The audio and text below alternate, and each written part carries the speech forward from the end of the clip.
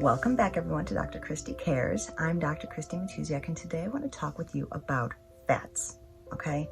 Now, several decades ago, fat got a really bad rap for contributing to high cholesterol, for contributing to heart disease, contributing to chronic inflammatory conditions like cancers and things like that. And the thing is, that's just not the truth, okay? Bad fats could contribute to some of those things, and that's what we're going to talk about today. But the good fats, they are incredibly helpful. They create a sense of satiation, a feeling of fullness when you eat.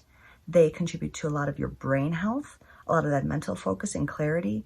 And so when we focus on the good fats, the quality fats in our diet, they have a lot of strong benefits to our health, as opposed to eating the bad fats they can take away from our health. So let's start with the bad fats category.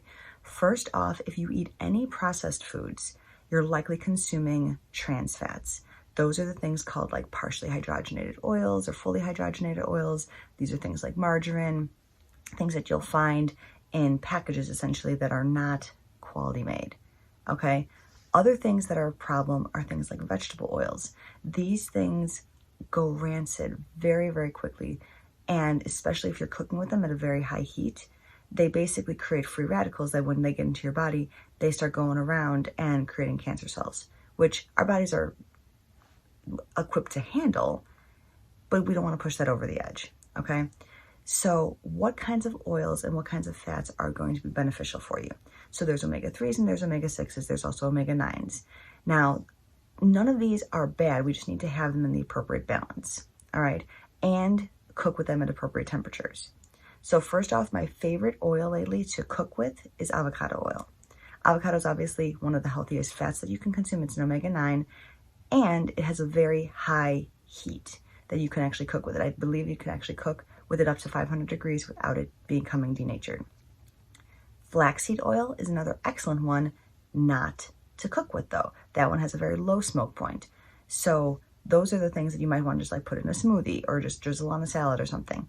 That's an omega-3. Olive oil and another omega-9, fantastic, really great for heart health. Once again, not really something you're going to cook with, at least at a high heat. Low to medium heat is okay. Same thing with butter, similar smoke point to olive oil actually. It's a saturated fat. Saturated fats are not the enemy either. You just need to make sure it's a quality one. So whenever I'm buying anything that's animal-based at this point, I'm always looking at grass-fed or organic. So that's a totally different animal, literally. And then lastly is coconut oil on this good fat list. That's another saturated fat. And these fats are very stable when heated, so they're not going to get broken up and denatured.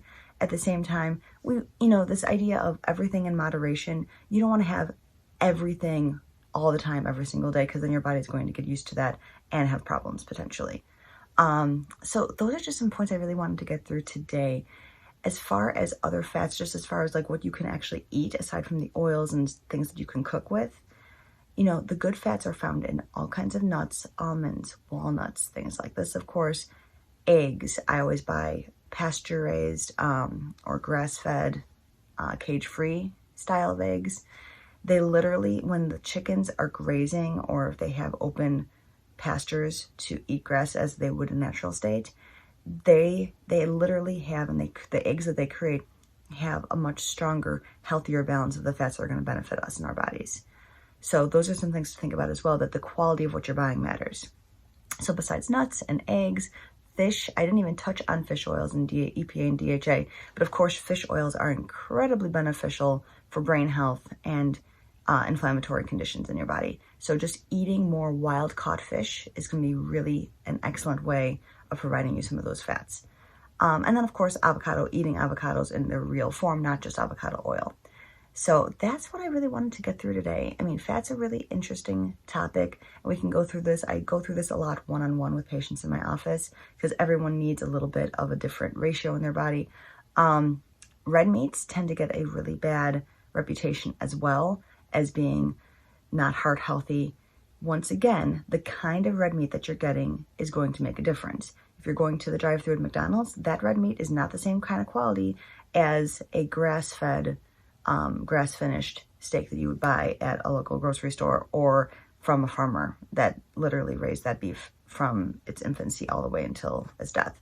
So not all things are created equal, and it's going to be taking a big, holistic, broad approach to see what's best for you. So that's what I wanted to cover today. If you like this content, please subscribe, share with your friends and family.